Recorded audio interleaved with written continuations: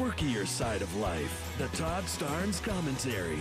The photograph shows 3 dust-covered firefighters standing in the rubble of Ground Zero, raising a battered American flag. It was an image that symbolized our defiance, our resolve, and our hope. But for many of the staff members of the 9/11 Memorial Museum, that photograph was deemed too American, and they wanted the image banned from the museum. That's according to the new book, Battle for Ground Zero. Author Elizabeth Greenspan says the museum's creative director considered the photograph too kitschy and rah-rah American. He's quoted in the book as saying the nation would look best if it's not too American. Common sense prevailed, and the image will appear in the museum, a quintessential American moment, nearly tossed in the garbage pile by un-American eggheads. I'm Todd Starnes. Thank you, Todd Starnes. Crane Durham's Nothing But Truth, proudly on AFR Talk. We return Garanimals and Teddy Grahams. I mean, Crane, you're throwing that stuff around last segment. I hear you. I don't know. Let me know on Facebook if you caught the Garanimals metaphor for things lining up. Yeah, it's with, well, the economic policy and the economic reality and clicking in. Is that happening? So, I love Teddy Grahams. Now you got me thinking about Teddy Grahams. Teddy Grahams were great. I used to put those, get milk. Sometimes I get half and half. Yeah, that's why I was a chunky teenager, to say the least. I was heavy set. I was like the average American teenager today. They would probably be telling me I was headed for diabetes. Probably was. But I thought my mullet would protect me from that. Crane Durham's Nothing But Truth, AFR Talk, where mullets protect you from diabetes. Not so fast. Now, when we talk about protection, we have to get to a place where what is said is not just mere speculation. But in a time when we have lost trust in government, and I'm speaking generally in America, IRS, Fast and Furious, Benghazi, and I could go Gates or scandal, whatever it may be, people have become very concerned about our National Security Agency and the metadata that it collects from Verizon and other carriers. And that concern I get.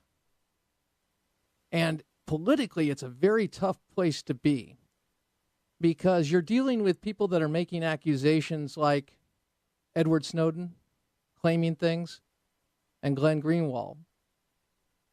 And if you go back and take a good look at Greenwald's past of some of the claims that he has made about the Bush administration and war, and then you take Snowden, fugitive,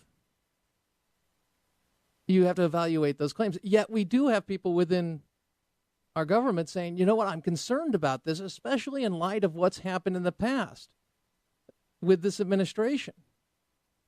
And all of a sudden, we begin to combine the scandals, IRS, Benghazi, NSA. And I want to segregate the NSA out of this for one reason.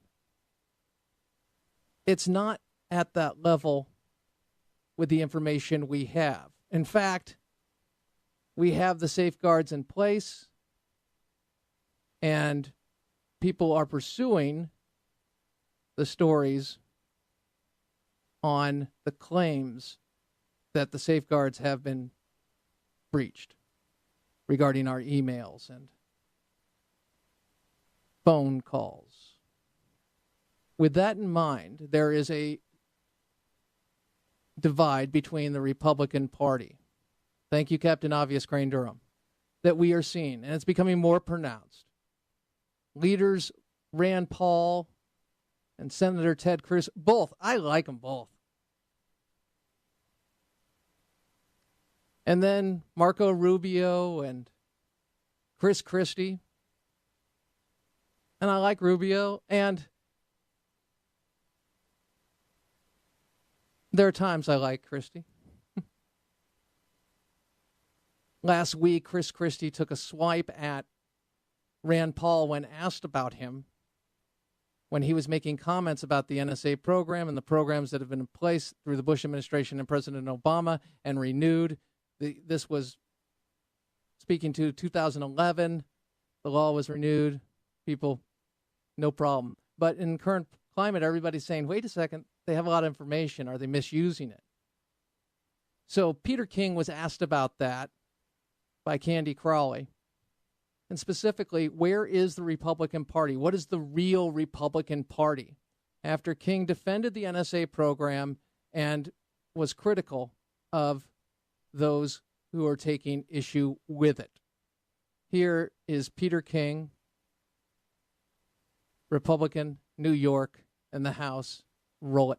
Well, I think we're going to find that out over the next 3 years. I want the Republican Party to be a party of strong national defense and a party, for instance, which can reach out to labor unions such as construction unions, police officers, firefighters. These are people who are socially conservative and want to agree with us, and too many people in our party drive them away. But to me, the overriding concern here has to be national defense, national security, and not be apologizing for America. When you have Rand Paul actually comparing Snowden to Martin Luther King or Henry David Thoreau, this is madness. This is the anti-war left-wing Democrats of the 1960s that nominated George McGovern and destroyed their party for almost 20 years. I don't want that happening to our party.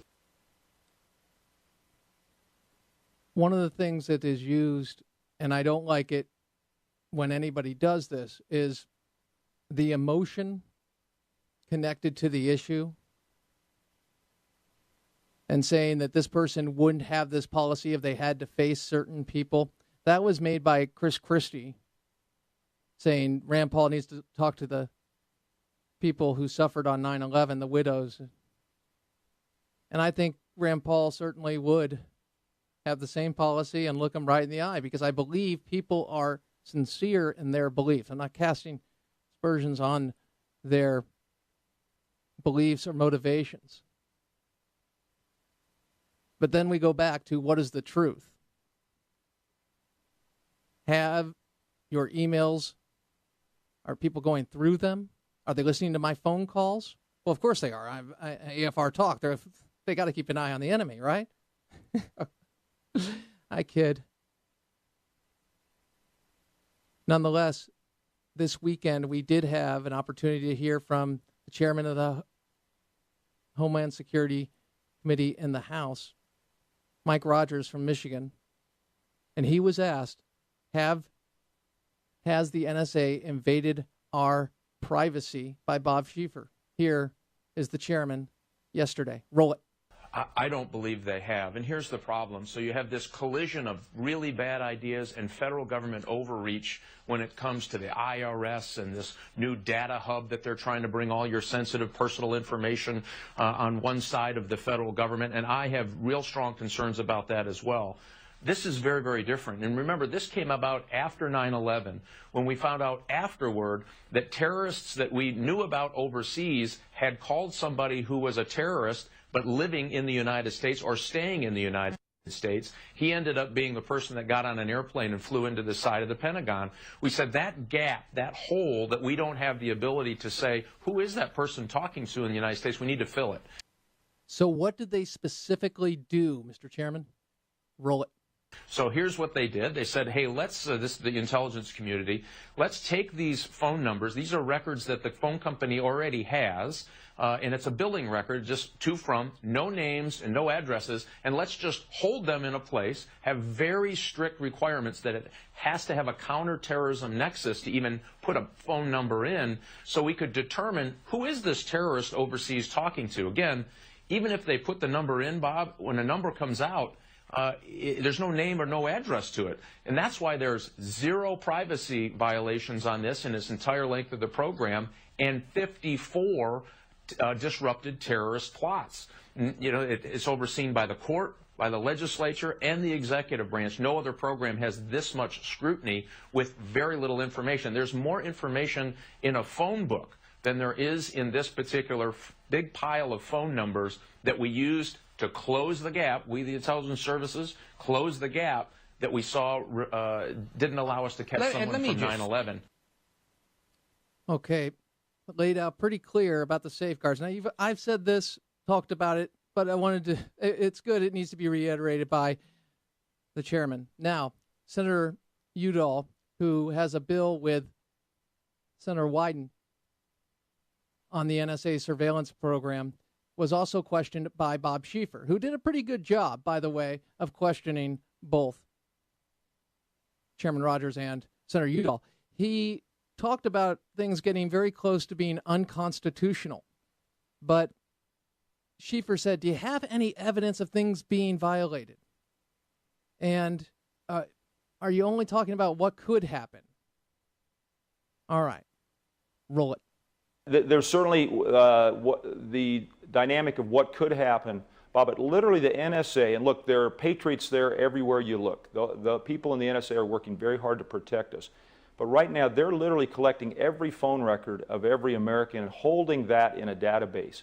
I'd much rather have that data held by the phone companies. If we need to get access to it, the FISA court can issue a warrant.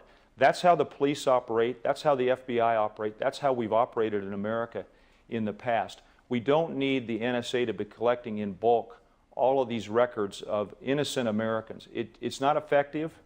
I would argue that it comes close to being unconstitutional, and there's a better way to do this. So that's why it's important to have this debate. We're having it in the Congress. Moderates, liberals, conservatives, all are sharing concern about the reach of the NSA's bulk collection program. Let's change it. Let's reform it. Let's narrow it.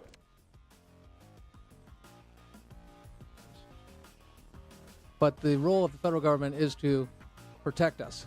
That's one. That's a big part of it. Two, as Andrew C. McCarthy pointed out in a July 22nd article, and I believe he's coming out with something today or tomorrow.